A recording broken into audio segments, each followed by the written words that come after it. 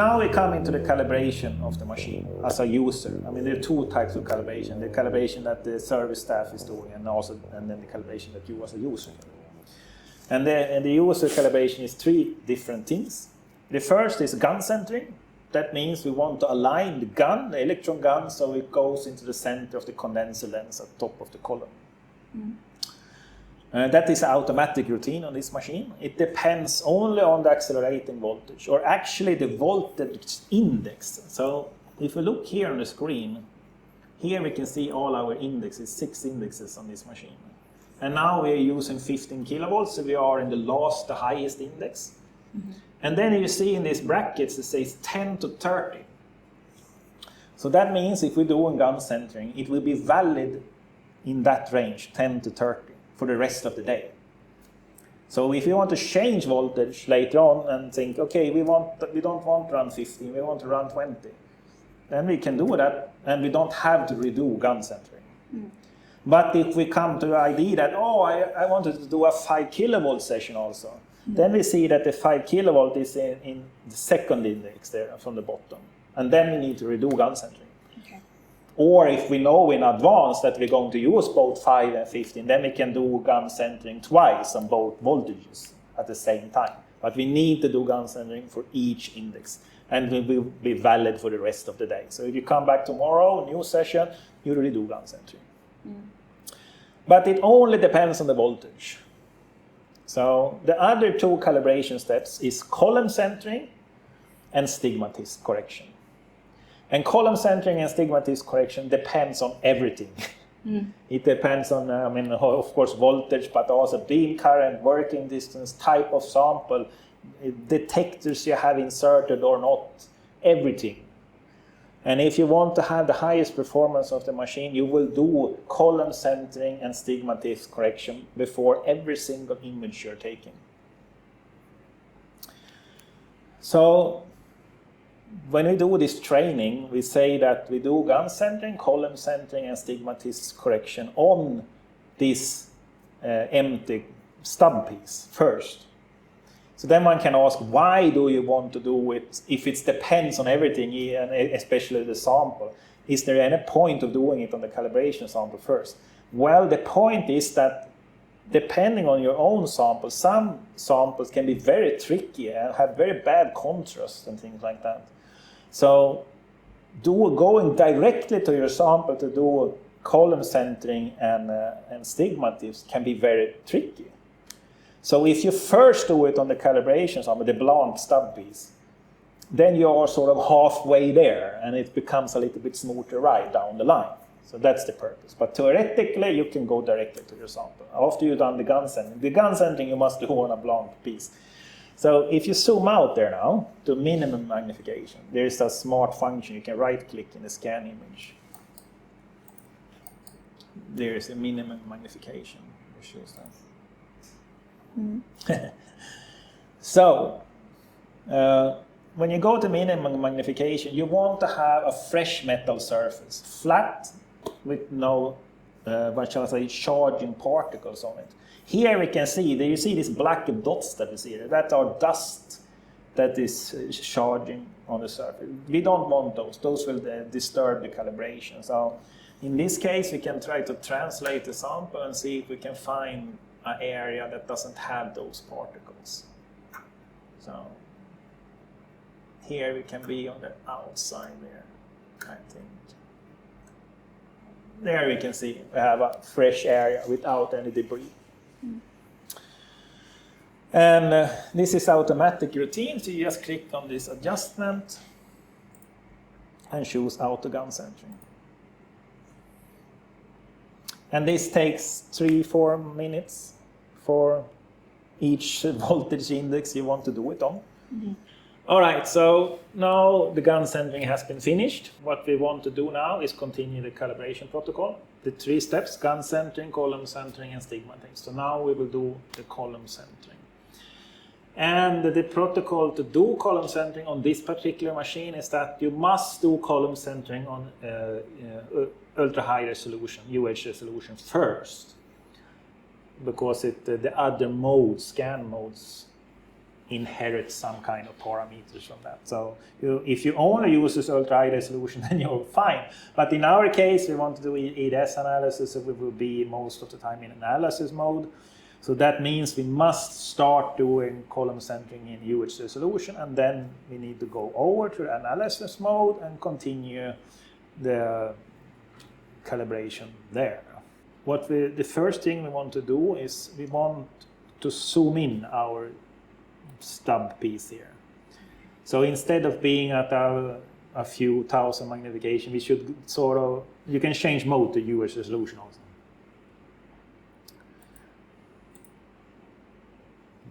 Auto contrast. So we want to be on at least 10,000. And for all these calibrations, you can auto contrast.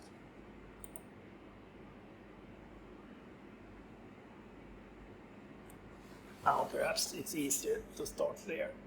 Try to focus there first. I mean, you can do, what shall I say, column and stigmatic correction at whatever magnification you like, basically. But it be more and more, what shall I say, accurate the higher magnification you have. So it is quite common that you do this at a lower magnification, and then when that is good, then you zoom in to a higher magnification, redo the column centering, and then you just iterate up to higher magnification.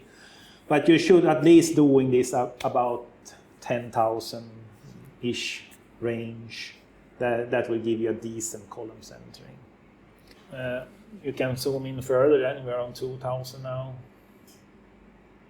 Now it went back to just this. How much more do you want? Yeah, about 10,000. Something like that, yeah. And then you can position something in the center, something with big contrast, take that big dot there.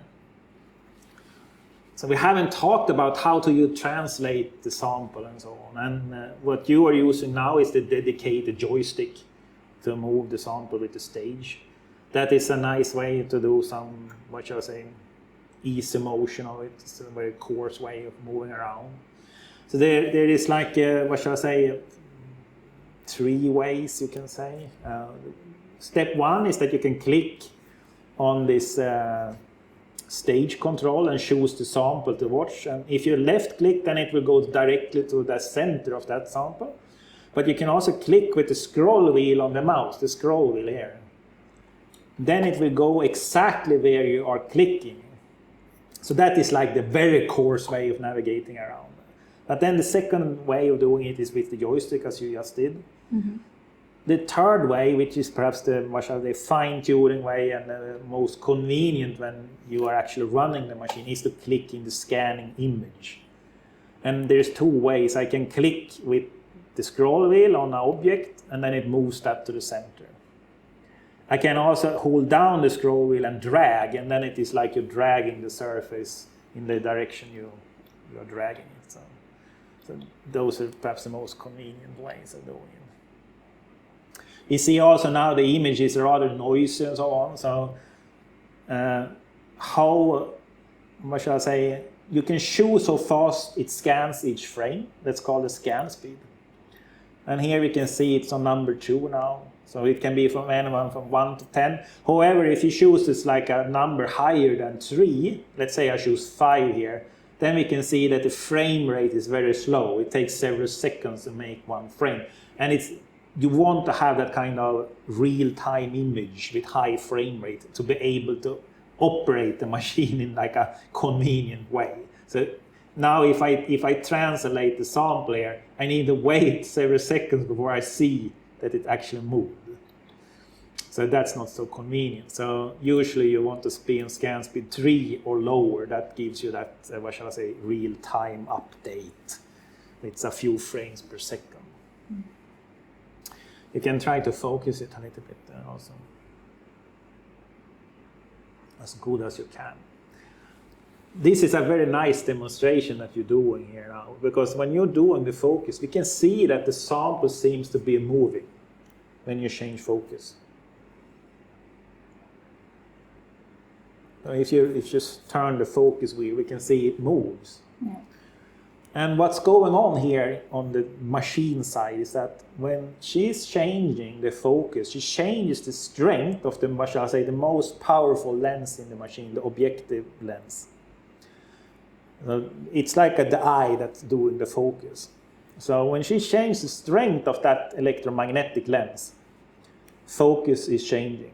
But if the electron beam is not passing through the optical center of that lens, that when you change the strength, the offset of the beam will be depending on that misalignment. So that is causing this, what shall I say, shifting of the image when we change the focus.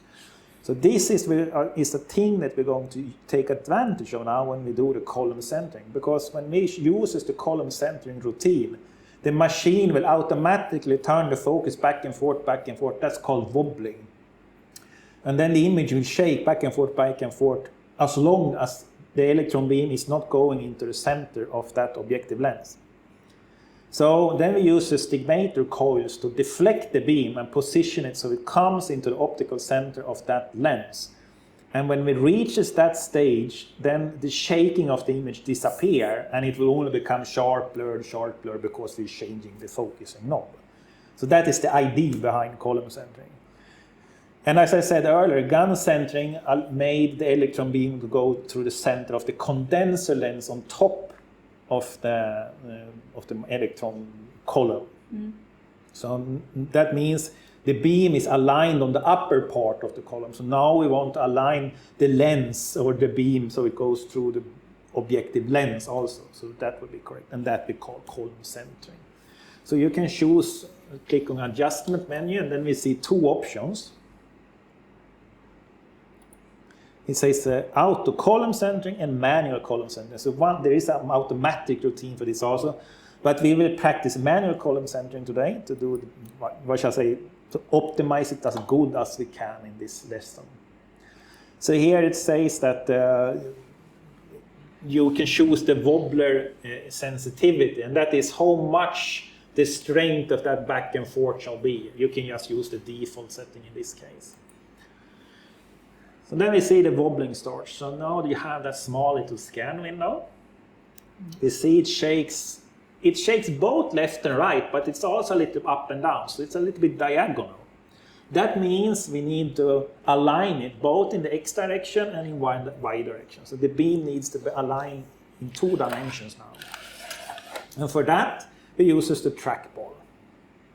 And what shall I say, the help here is that it's technically you can align it directly in the correct, what shall I say, direction, but it is easier to just separate it into 2 one-dimensional problems. So we first focus on the X horizontal misalignment, and then we want to stop the wobbling left and right by compensating on the trackball, either left or right. So we don't do up and down, we just do focus on left and right. And we don't know if we're going to go left or if we're going to go right. So we just have to try, a 50% chance here.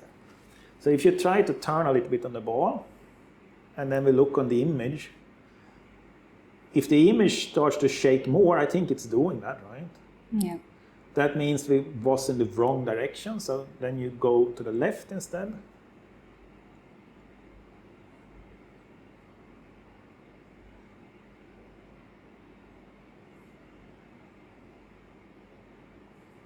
Yeah, I think it's improving, right? Or? It's more and more moving up and down, and not so much to the left and right. Yeah, I think it's still left and right, right? Yeah, less than before. Or... Yeah, continue. Yeah. Now you see, right? Mm. A little bit more also. A little bit more. There, right. Now we see it's only wobbling up and down. Mm. So that means we have a sort of a first approximation of the alignment in the X direction. This is rather good. It doesn't wobble left and right. But we have up and down left. So now we just continue either up or down on the ball. We have to take a guess. And you seem to go in the right direction directly. I think you paused it there.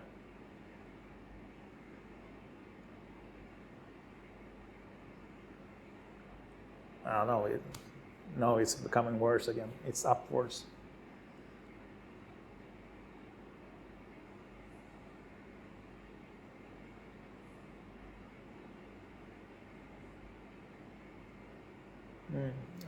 Now you see it's up and down is rather good, but we have a little bit left and right now. So we can go back and do a little bit on the left and right, like that. Now it's a little bit up and down, like that. So if we look now, you can see the image is steady. It doesn't move around. It just becomes blurred. This is the sign of correct alignment. So just click finish. That means we have done the column centering on our calibration sample. So if you zoom in now and you can try to focus, then you will see when you're focusing, the image will not deflect away.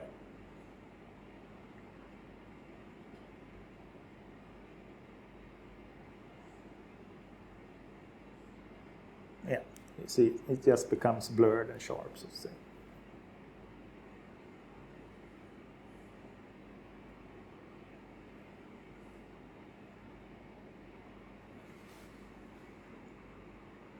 Something like this. All right. So now we have done column centering in UH resolution mode. So now we could go to analysis mode and do column centering, and then we do the third step stigmatic correction on that. So, but we can, we can do that.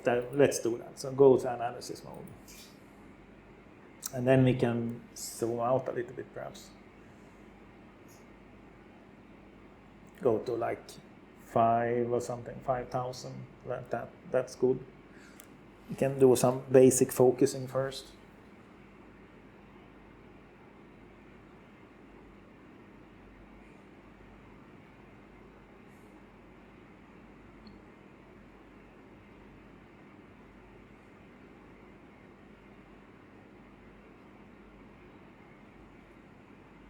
I don't know, what do you think? Yeah, you're scared, or it looks weird, or? Yeah, okay, that's much better. Yeah, no problem. Let's find, we can start here perhaps. So now we do column centering again. And we can, instead of clicking here, we can click on that blue icon. As I said earlier, there are many ways of doing the same thing. And column centering is so frequently used, so it has a dedicated icon on the scan window. And when you click, it says, have you done this in US resolution first, because that's mandatory. And we have just done that, so just click next. And then the whole procedure starts again. So we want to stop the image from shaking. And when we are in analysis mode, usually you need to turn a lot on the ball to see the effect. And here, there is a gain function. It says 5. So this is the strength of the trackball. So if we increase this to 7, then you don't have to turn so much on the ball to get a good feedback from it, so to say.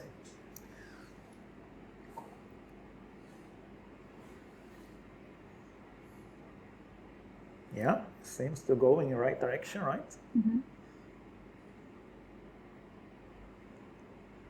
Yeah, now it's up and down, right? Yeah. So you were correcting by moving the ball downwards, right? No? Yeah.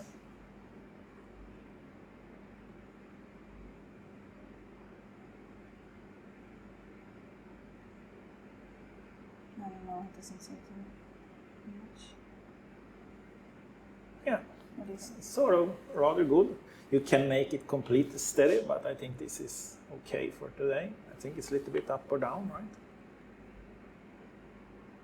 Yeah, a little bit more down. There. Now it's perfect. You can click next. And then it says the last step here that you can align these two modes. And what that actually means is that this is not a performance thing, this is just a convenient thing. And that is if you're operating in US resolution and analysis mode and you switch back and forth, then it will be like, what shall I say, if this is the viewing area in US resolution, if you switch to analysis mode, you will have an offset between the surface you're watching. So you will see something a little bit offset. So aligning means to correlate, so you're watching the same physical space on the sample. But we don't have to do that. It's just a convenient thing. So we're not going to work with US resolution more, I think, either. So just click Finish. So then it is the stigmatism part that's left now. So, and to correct the stigmatism, we want to find the object that has it's nice if it is a round in shape and has good contrast. So it should be some kind of smaller particle, not too badish. Perhaps this one is nice. This is nice. So let's try to focus this image now as good as you can. And see where you end up.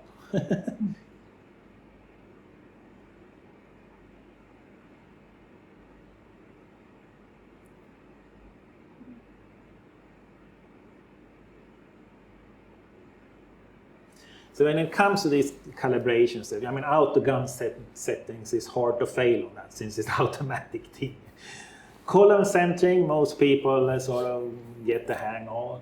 But when it comes to stigmatic correction, for the beginners, this is, what shall I say, experience to be really difficult actually.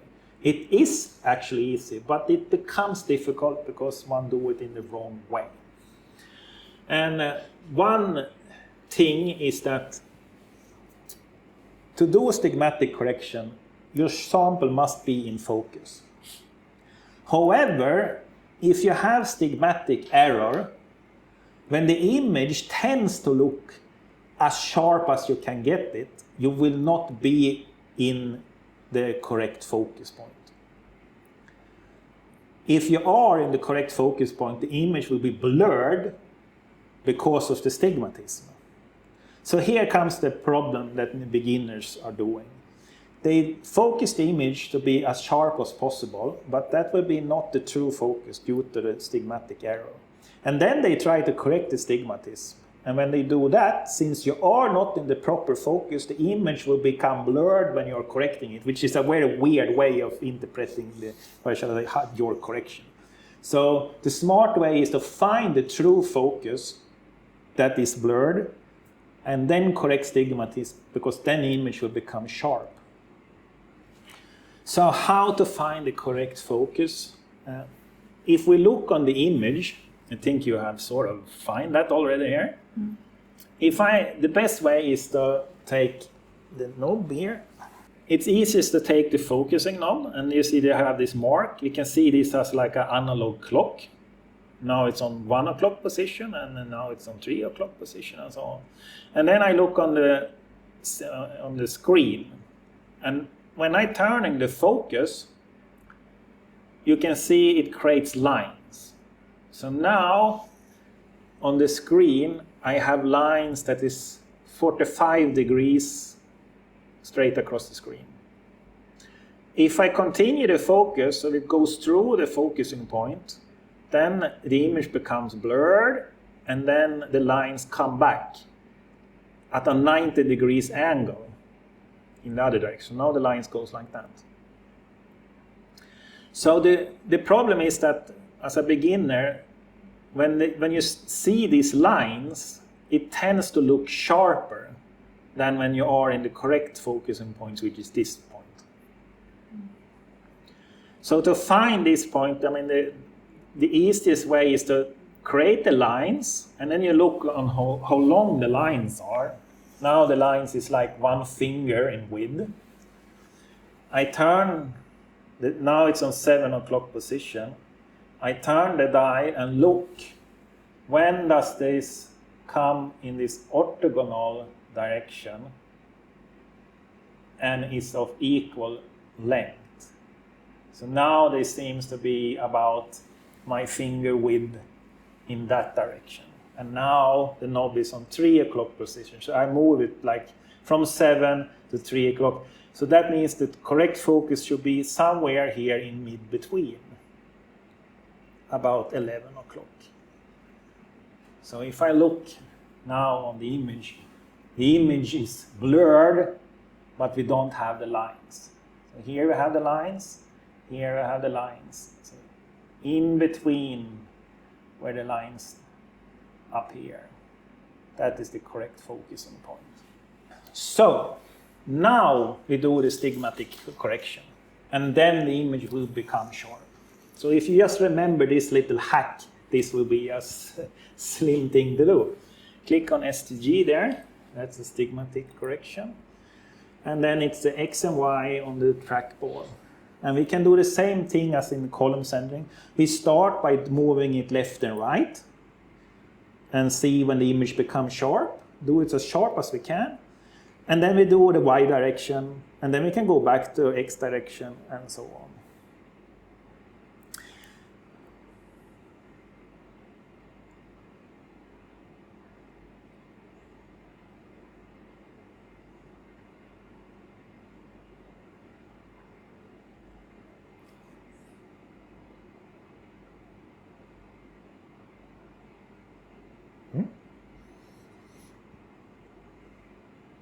Looks great. Something like this. So that means we have done gun centering, column centering, and then we've done column centering in analysis mode, which is the working mode we're going to use, and also stigmatism. So that, and all this on our blank stub piece, the thing we call the calibration sample. So that means we have come halfway in our calibration. So now we want to switch to our real sample, and then we redo column centering, redo stigmatism, and after that we are good to go to start our, what shall I say, session of analyzing the sample.